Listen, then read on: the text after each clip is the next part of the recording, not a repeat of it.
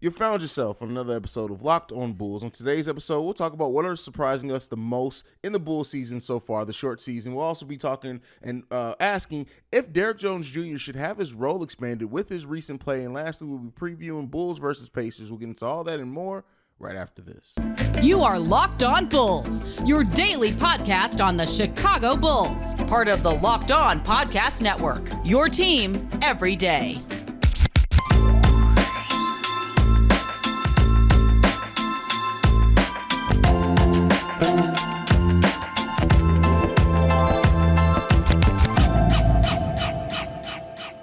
Thank you for tuning in to Locked On Bulls. Remember the Locked On Podcast Network, where it's your team every day. Today's episode is brought to you by BetOnline. BetOnline has you covered this season with more props, odds, and lines than ever before.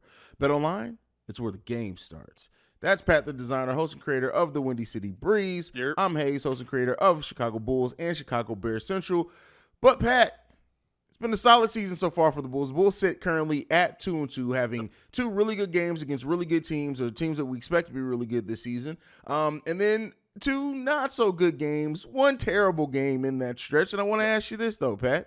In the Bulls' 4 games so far this season, what has been the thing that surprised you the most? Defense.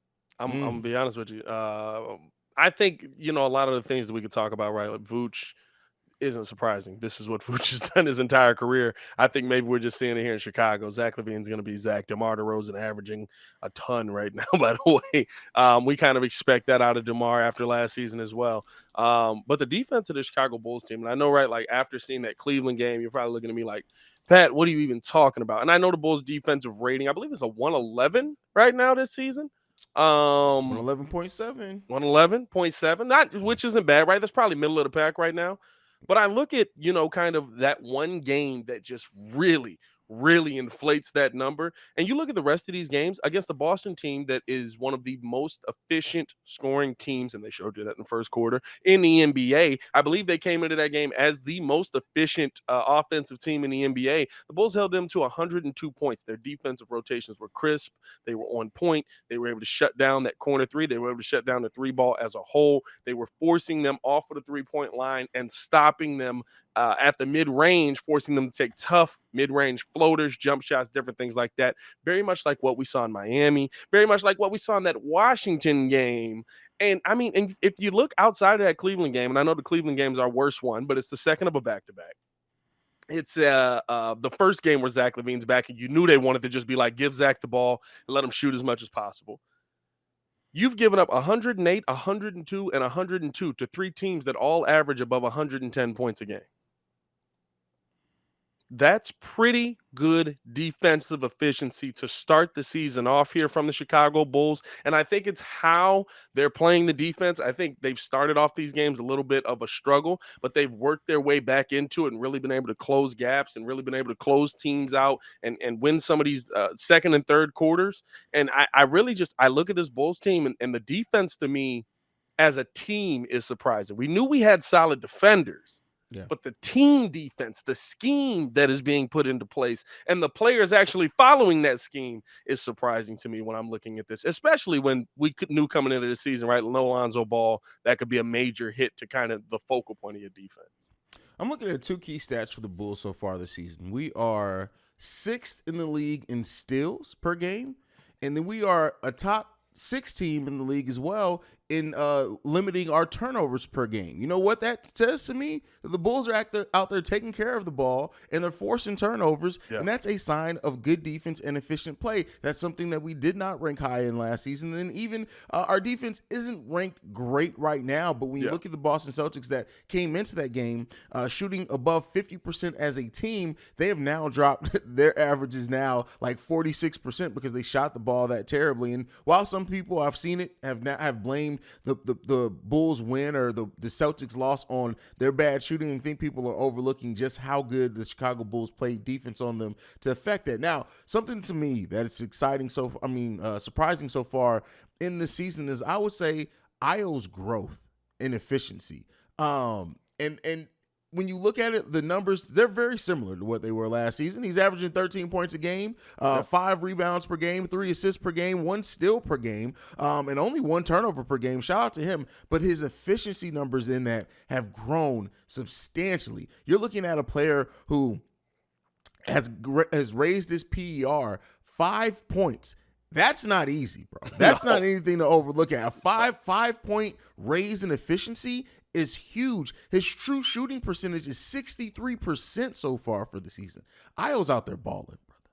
Yeah, I mean, like he's somebody who gets me really excited when you're looking at players on this team, right? Because there's so much potential in him, and I expected a jump in production, but I think what we can call what we've seen here early in this season has been a leap. Ayo DeSumo, I mean, even right, like outside of again, right, that one Cleveland game, I think right now is really inflating a lot of metrics and numbers that go along with what you see with Ayo DeSumo defensively. But we can't say outside of any of these other games, Marcus Smart was terrible. Yeah. Kyle Lowry was putrid. And Bradley Beal struggled most of that game until the very end, where he was like, "All right, let me beat Brad Beal real quick." But I really look at what Ayo's been able to do, of course, on the defensive side, and we said coming into the season, bro, just give us a little bit, just add something offensively, show us a little bit more what you saw at Illinois, and I think we'll feel really good about where he is as a player. And guess what? He absolutely has done that. Now, right, like the 2 games where he didn't shoot nearly as well, but in 2 games where you needed him, Ayo, I think there was a point in that Celtics game where you can talk about it. Ayo was your go-to guy. Oh, for sure. It was 2-3 times down the court in a row where Ayo got the ball and he was like, "Bet." And it was like that in Miami as well. Yes. In stretches in Miami. One of the things about the Bulls that is surprising as a team too, let me know what you think about this stat, Pat. The Bulls right now are 3rd in the league in free throws average or attempt per game. Right now, they are averaging, this is crazy, bro. Yeah. 28 free throws attempts. That's not that surprising to me. All right, last season, this is before you go into that, just to show the growth of what it was last season. So right now they're ranked 3rd. Last season they were ranked at 17th at 21. That means they're getting 7 more free throw attempts per game. They're being aggressive out there, brother. But go ahead with you. They're being aggressive, but I think the thing that doesn't surprise me is remember the adjustment that came last season, right? Remember DeMar in the beginning of the season, wilt record, dominating. Yeah. Soon as he broke the record, the free throws stopped. So it doesn't surprise me right now early on in the season because I feel like refs are kind of like, okay, let's adjust to the season. Let's get used to. Like they have to go through the beginning of the season woes like everybody else does, right? I think sort of after, and this is the part where I really want the Bulls to kind of, I think a big help to those numbers as well, by the way, is Vucci down low dominating in most of these games. Free throw attempts has gone up huge, right? Over his career, he's only averaged last season he averaged 1.7 free throw attempts per game. He's averaging 6 so far this season. He's getting to the line a ton right now. Yeah. But I think that when you look at it, the thing that I want to see the Bulls do is what they've been able to do, which is score without forcing your way to the free throw line and use the free throw line as an asset to really put it away. I mean, if you look at the average right now, the Bulls won by 18 in the last game. Yeah. Like that's the free throws putting it away at the end of the day, but the Bulls still could have won that game shooting 10. You know what I mean? So I think that's the part where that's the one thing I don't want them to fall too much into or fall in love with too much is the refs helping you win the game by sending you to the free throw line, even though it should be foul calls, because we saw last season a clear adjustment with DeMar DeRozan where he was getting to the line at a massive rate. And then we just saw games where the Bulls were getting to the line 7 times, 6 times, 4 times. Like there was a month where we were just like, bro, do they hate us? I mean, I get what you're getting at. I think DeMar does try to get to at least from what I've seen so far in the Bulls. The thing that doesn't concern me is that it doesn't seem like they're pressing to try to get foul calls. It just seems like they're just being aggressive. So I'm not really worried about it falling off a cliff for this team because I think in the way and that they've been playing, it's just come naturally to this team so far. Just to go over a couple of other basketball nerd stats before we move on, because that's what these are. The Yeah. Bulls are currently averaging 3 more steals per game than their opponent when they face them. We're averaging 0.2 blocks more than our opponent. The one thing that's concerning with this to me, we are shooting the ball 10% less than our opponent. We'll see where that comes along. We know that Billy Donovan, since about 20 games into the season last season, has been preaching us taking more 3-point attempts. So we'll see if that becomes the story for the Chicago Bulls. But I think this, even though the Bulls have not shot a high number of 3-pointers per se compared to the league, I feel like they picked their 3-pointers better, and we're shooting it at a better clip than what we did last season overall because of it. Which is concerning because I think we're only shooting at like 32% this year. But it really shows you, right, kind of where we were as a team shooting the 3-ball last season. Like, you had nothing. And I think now, right, like the addition of adding Zach LaVine back healthy, you saw him be able to knock down a couple. Adding Ayo Dosunmu was knocking down a 3-ball. Javonte's Green 3-ball finally started falling in that Celtics game. Hopefully that holds up. Those are things to be excited about moving forward. And Bucci basically using the 3-ball as the, hey, I'm finna break your soul. I love that, by the way. He's like, I've been killing you down there all night, and I'm gonna just pull this like 3-pointer. Like, and now he's making threes. You know what I mean? Like, it's just like, bro, like it's gonna destroy you. Death by 1,000 cuts. But all right, next up, we're gonna talk about and ask if Derrick Jones Jr. should have his role expanded on this team. I think he's leaning towards that. But first, I got to talk to you guys about LinkedIn. These days, every new potential hire can feel like a high-stakes wager for your small business. You want to be 100% certain that you have access to the best qualified candidates available. That's why you have to check out LinkedIn Jobs. LinkedIn Jobs helps you find the right people for your team faster and free.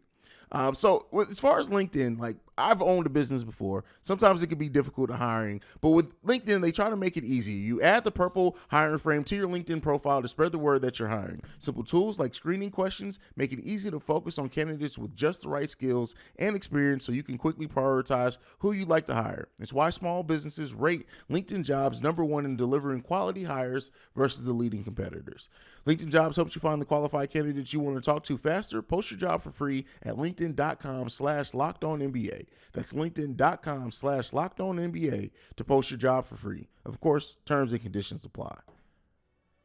All right, Pat. Derrick Jones Jr. really, in many ways, changed the direction of that game for the Chicago Bulls against the Boston Celtics. It corresponded very well to the team playing better, to his energy coming out there, him getting dunks, the alley-oops, the cuts to the basket, just the energy. Derrick Jones Jr. is about since the midway part of last season, since he returned from that finger injury, just kind of fell out of the rotation, never really earned it back. Is it time for Derrick Jones Jr. to get an expanded role on this team? I like what I'm seeing from DJJ.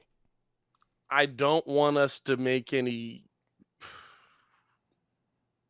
It's tough because it's like I'm still that stupid Bulls fan that's like maybe P. Will's like gonna show us something if time goes on. Maybe he's just having a slow start to the season and we don't want to lose confidence in him. But I think the thing that makes me lose the most confidence and what really makes me think that DJJ is probably poised to do it is the fact that Billy Donovan seems like he's kind of lost a little bit of confidence in him. He's realizing that he's not getting the efficiency out of those minutes. And so let's go with a guy that's going to at least give you the energy. Listen, DJJ is never going to be a knockdown 3-point shooter. He's never going to be somebody that's going to, be a 15-point per game guy for the Chicago Bulls team. But what DJJ brings is that if you're going to give me solid defense and ridiculous energy, that's something that I can use. If you're going to do the dirty work, that's something that I can use. And that's what DJJ came into that Celtics game and did for you. He was out there doing the dirty work. He was the one making cuts. He was the one diving to the basket. He was the one setting screen. Like he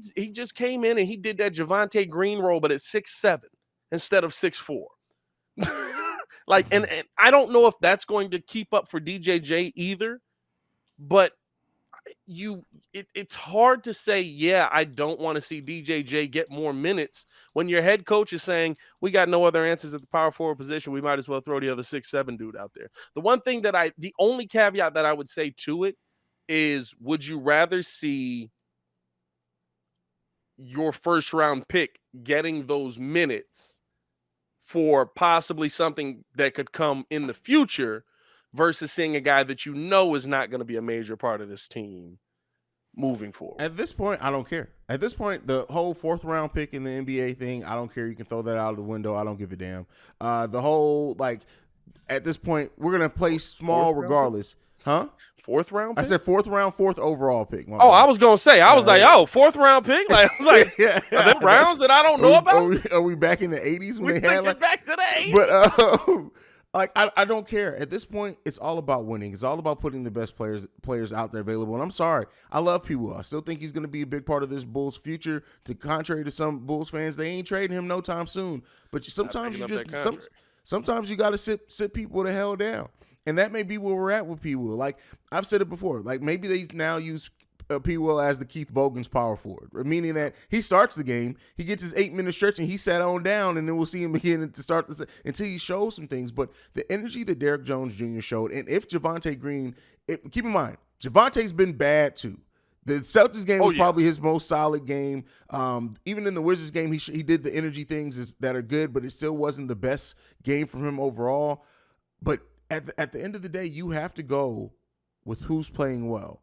And while I'm not saying, hey, boom, let's start Derrick Jones Jr. tomorrow, I'm saying, hey, against the Pacers, Derrick Jones Jr. needs that same 16 minutes scheduled in, and if he performs like he did last game, okay, you can increase that role a little bit more. It's all, to me, everything needs to be who's producing at this point. Nobody has the rights to anything. If you're not producing, you set on down. That's where I feel at right now with this team, man. DJJ has only gotten in 2 games, and in one of those games, right, if you're a plus-minus person, his plus-minus was -12. It was a game where the Bulls were getting their head kicked in. Everybody was trash. Like, y'all know I'm not a plus-minus guy, right? Yeah. Like, but in his time, in I believe 17 minutes of playing his first game, 8 points, 1 block, 2 steals, 2 rebounds, and 1 3-pointer made. In the next game, 10 points, 1 assist, 2 rebounds, and he did that in 15 minutes. Mm-hmm. That's a bench player. That's what I need from a bench player. That's what I need from a bench role. That's what I need. I mean, if we're gonna play this small ball lineup, I get he's 6'7", 6'6", something like that. Like 6'6". If you're gonna go small ball all the way, right? But like, it doesn't matter at this point because he's giving you something. And you don't have that at your power forward position right now, a position that me and you both came into the season and we thought Patrick Williams would be a big part of, but we thought that, that was probably the Bulls' weakest position. You're not getting anything out of Marko Simonovic, and this is all you have right now at the power forward position. And it's crazy to say that I think that's going to be a spot where AK might have to do some wheeling and dealing midseason to help you in a little bit because it's just so depleted of anything right now. But right now, I can't tell you DJJ shouldn't have more of a role when he's the one that's showing you that he can put the ball in the bucket when he gets a roll. I mean, and outside just the ball in the bucket, like Derrick Jones Jr.'s defensive rating right now is 18. I mean, 118. Which I was about to say 18. That's all worldly. Hey, bro, nobody scored on him at all. Well, no, that's a higher defensive rating. That's bad. Yeah, you want the lower defensive rating. If it was 118, that's pretty bad. Yeah. But like he's just playing well out there on the court, and so he does deserve a role. We'll see what Billy Donovan does do with the starting position, but at this point, he's definitely earned some minutes. And he's undersized at 6'6", but he has the wingspan that AK likes, and he's 210 pounds. Once I saw that Brandon Ingram was still under 200 pounds, I'm over the weight thing when it comes to power forwards. Well, yeah, I get the, you would like a guy that's going to weigh more, but I think you also have to play that. You have to be smart about how you put those guys out there, right? Like there are going to be moments where Patrick Williams has to be in there at the power forward position just because of the size and weight. Doesn't mean there's going to be a lot of moments. Doesn't mean there's going to be a lot of minutes, but there's going to be moments where he has to be out there. If outside of those moments you can't use him, then you need to be using a guy like DJJ. And I think Billy Donovan's seeing that, right? Listen, he's literally gone to whoever's got the hot hand at power forward that's who I'm rolling with. Yeah. Yeah, and I think when you look at who we're playing up next, and we'll preview that team here in a second, but we're playing the Indiana Pacers, who Jalen Smith is their starting power forward. Now, he does have some legit power forward size, but everything behind him is all like 6'7", 210-pound players. So I think Derrick Jones Jr. would be fine coming off the bench. And to that degree, too, Javonte Green, too, if he's playing with energy as well. So yeah, 100%.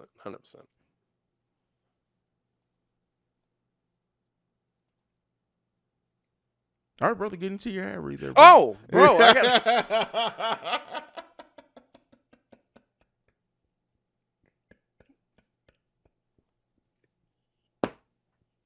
I ain't had an ad to read in months.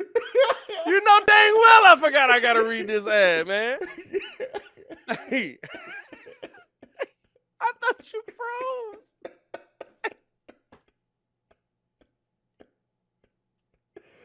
Hey, man, I got to tell y'all about BetOnline.net. BetOnline.net is your number one source for all your betting information on football and the new start to the basketball season. Find all the latest player developments, team matchups, news, podcasts, and in-depth analysis on every game. And as always, BetOnline remains your continued source for all your sports wagering information. With BetOnline's live betting and up-to-the-minute scores for every single sport out there, you need to go nowhere else. It's the fastest and easiest way to check in on all your favorite games and events, including MLB, MMA, boxing, golf. Head to the website today and use your mobile device to learn more. BetOnline. It's where the game starts. I hit the wrong thing on both of them, man. Tried to save it at the end. Don't worry about it. Bow. There they go. He went full Denzel Valentine at the end. Oh, no. Oh, man. Y'all make sure, before we get to this next segment, make sure you guys are checking on Locked On Sports today. Available on any app that you listen to, YouTube and the Odyssey app. Now, Pat, the Bulls face the Pacers today. What are some of your expectations coming into this game, brother? Oh, no. Hey, man, if y'all can't see the podcast, man, check out the YouTube, too. What are my expectations coming into this game? I think the part that scares me the most is the fact that we don't know who our defender with size is right now. And Ben Mathurin is cooking. When he said LeBron got to prove to me that he better than me, hey, Ben, I can't wait for that matchup, brother, because LeBron really might have to prove to you that he's better than you at this point in his career. No, I'm just joking. But I mean, that's probably the biggest thing that you got to worry about out of him, right? Like he's the main. He seems like he's come in day one and become the main focal point of that team. I'm gonna be real with you. Vooch is finna cook any big man that he's dominating this season. Vooch is about to cook any big man they can throw at us down there. And I think the Bulls' ball movement has been good enough offensively that they'll be able to get over on the Pacers. I think the biggest question mark is, will we see the same production from our bench unit offensively? I think defensively we might see it, but offensively that we saw in that Celtics game, because the bench came in and they hit some big shots for you. And really, they're the reason that we got back into that game. They were the fire starter for that, what was it, a 47-11 run that the Bulls went on or something like that in that Boston game? So I think it was 47-14 actually, but they were the big fire starter. That bench unit coming in really set a spark, really was able to get the Boston Celtics on their heels. Are you going to be able to play at that level? And the thing is, right, don't come off of a win versus one of the best teams in the NBA and feel too high and too mighty to do the right things consistently. Miles Turner is out this game. Vooch is about to kill them. I thought he was out. I thought he's been out the whole season, ain't he? Yeah. Him and Daniel Tice are both out. Yeah, he's about to kill these dudes. If we can withstand and not let both Tyrese Halliburton and Ben Mathurin get hot, we're definitely going to be in this game. But one surprising thing, if they don't get hot, we're going to dominate this game. Oh yeah. If they get hot, we'll be in this game. But one thing though, and I did want to point this out. Right now, the Indiana Pacers are 8th in the NBA in scoring, which is wild for a 1-3 team. They are averaging 117.8 points per game, which is good enough for 8th in the NBA. So it's not like, listen, this is a team that can put up points on you quick. If the Bulls try to overlook the Pacers, if they don't keep up that defensive intensity, things like this game can get ugly for the Chicago Bulls. I don't want to overlook it. And especially when you have people that are talking like, are the Bulls now going to be the flip side of what they were last season? Are they going to be a team that beats all the good teams but loses all the so-so teams in the NBA? That would be wild. You know what? I can live with that.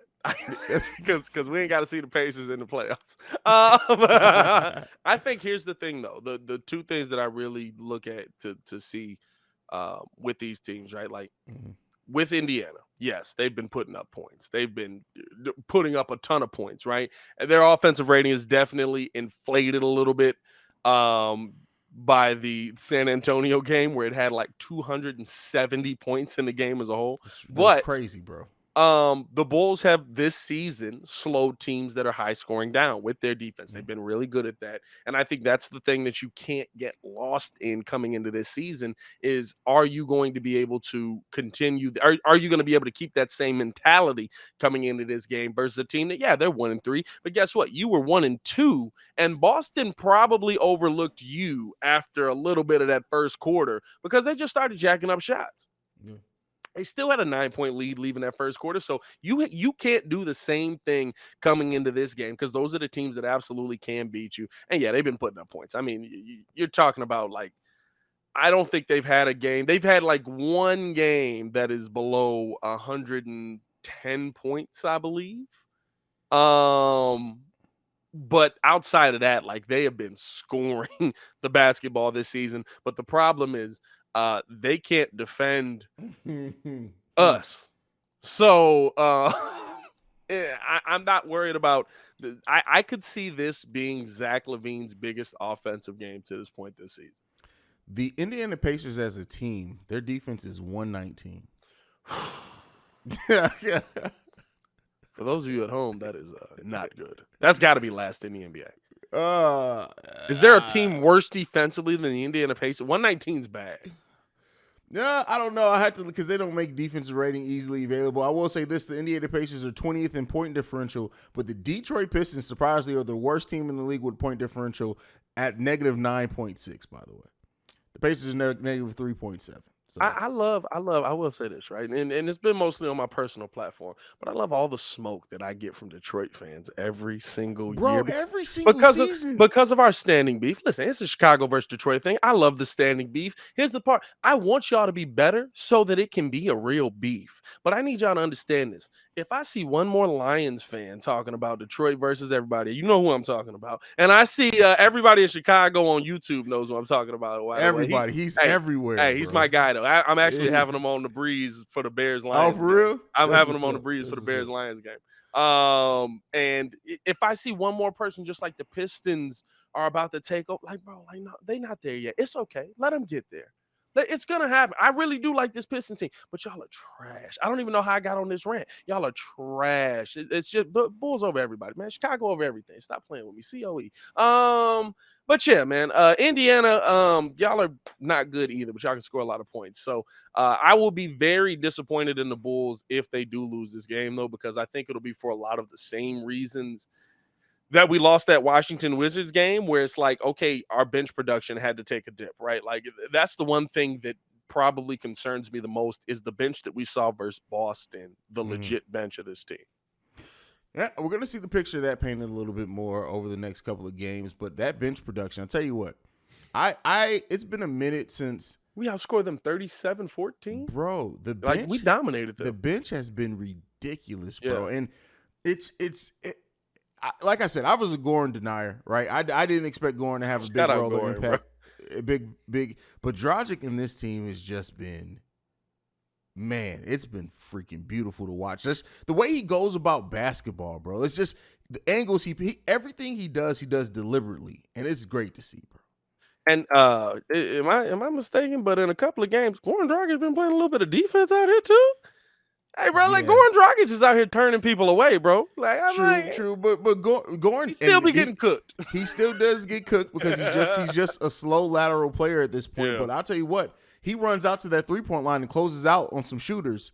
very well, and his arms are up the whole time. Like, yeah, and I think and it's that's just the the little biggest things. key. I think that's the biggest key, right, with this Bulls team. That's what changed this game for against Boston, and that's what's going to be the Bulls' bread and butter this entire season. How well are you going to be able to defend these guys on the three-point line? And yeah, you're going to have games like Cleveland, where Cleveland just got ridiculously hot, and I also want us as a Bulls nation to also just make sure that when we're looking at these shots that are going down, are they hot or are we playing terrible defense?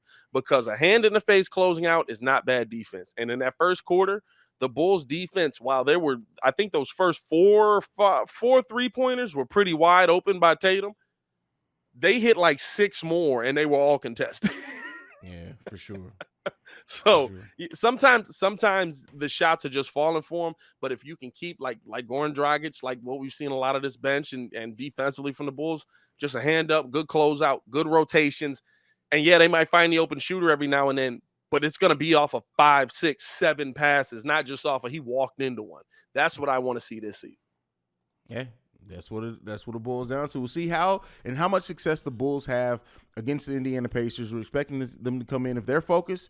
Not to say that this is going to be an easy game. So I think this is going to be a fun game to watch. Regardless of the result, I think this is going to be a fun game to watch. But we need to see the Bulls continue to be locked in, and let's get above 500 tonight against the Indiana Pacers. Pat, you got anything left before we go?